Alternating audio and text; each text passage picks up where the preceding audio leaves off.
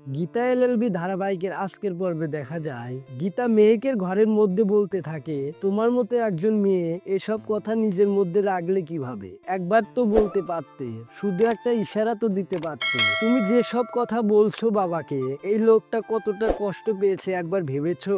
মেহেক তখনও লুকিয়ে যায়, কোনো কথা বুঝতে পারে না। গীতা তখন জানিয়ে দেয় আর ভয় করতে হবে না, অঙ্কিত নিরাপদে আছে। মেহেক বলে, কি বলছো বৌদি, অঙ্কিতকে কোথায় পেলে? তারপর গীতা বলে, অঙ্কিতকে উদ্ধার করতে যে সব ঘটনা ঘটেছে সবটা বলে দেয় মেহেককে। তখন মেহেকও স্বস্তির নিঃশ্বাস ফেলে। সেদিনের ঘটনা গীতাকে বলতেই কান্না শুরু করে দেয়। গীতা মেহেককে সান্ত্বনা দেয় আর বলে, তোমার স্বামী নিরাপদে আছে, কিন্তু তুমি নিরাপদে নেই। এই বাড়িতে গুন্ডা আর পার্টির লোকজন দিয়ে ভরে রাখা হয়েছে। তারপর গীতা মেহেককে তার প্ল্যান জানিয়ে দেয়, তাকে কি কি করতে হবে। ঠিক সেই সময় কিপান এসে দরজায় ডাকতেই গীতার দরজা খুলে দেয় আর বলে, আমি তো মেহেককে সাজাচ্ছি। কিপান ভেতরে এসে দেখে মেহেককে সাজায়নি আর গীতাকে বলে, আপনার সাজানো লাগবে না, লোকজন এসে গেছে, তারাই সাজাবে। তখনই বনি আর ঈশাকে ঘরে ডাকে যে তারাই মেহেককে সাজাবে। তারপর গীতা কিপানকে অনেক ঠাট্টা মজা করে ঘর থেকে বের করে দেয় আর মেহেককে কোণে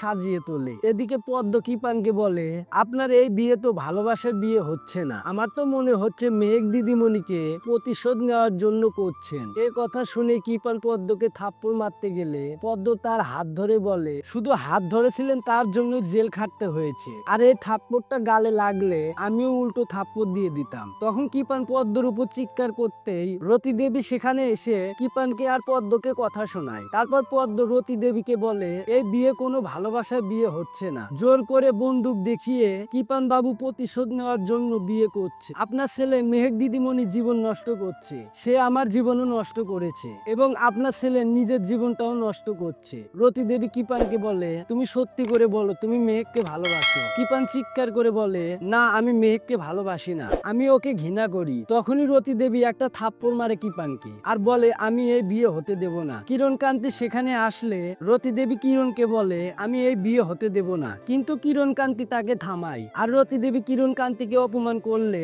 কিরণ কান্তি রতি দেবীর উপর হাত উঠায়। তখন রতি দেবী কিরণ কান্তিকে ধন্যবাদ দিয়ে সেখান থেকে চলে যায়। এদিকে মেহেককে সাজানো হয়ে গেলে বনি মেহেককে নানান কথা বলে অপমান করে। তখনই গীতা বলে ওঠে, আপনারা এইভাবে মেহেককে এমন কথা বলতে পারেন না। তখন গীতা কিপানকে প্রশংসা করে বলে, মেহেক তো কিপানকে ভালোবেসে বিয়ে করছে। এই কথা বলতে পদ্ম এসে বলে, না, কিপান ভালোবেসে বিয়ে করছে না। পদ্ম কিপানের বিষয়ে সমস্ত কিছু বলতেই কিপান এসে বলে, কি হয়েছে? বনি বলে, তুমি নাকি মেহেককে ভালোবাসো না। কিপান এই কথা শুনে পদ্মকে সেখান থেকে নিয়ে যায় আর গীতা মেহেককে বলে, তোমার কাছে যে গানটা আছে কিপানের কোনো তেরিবেরি দেখলেই চালিয়ে দেবে। মেহেক বলে, না, আমি পারবো না। গীতা বলে, তোমাকে পারতেই হবে। তাহলে বন্ধুরা, কি হতে চলেছে আগামী পর্বে দেখতে হলে আমাদের চ্যানেলটি সাবস্ক্রাইব করে পাশেই থাকবেন।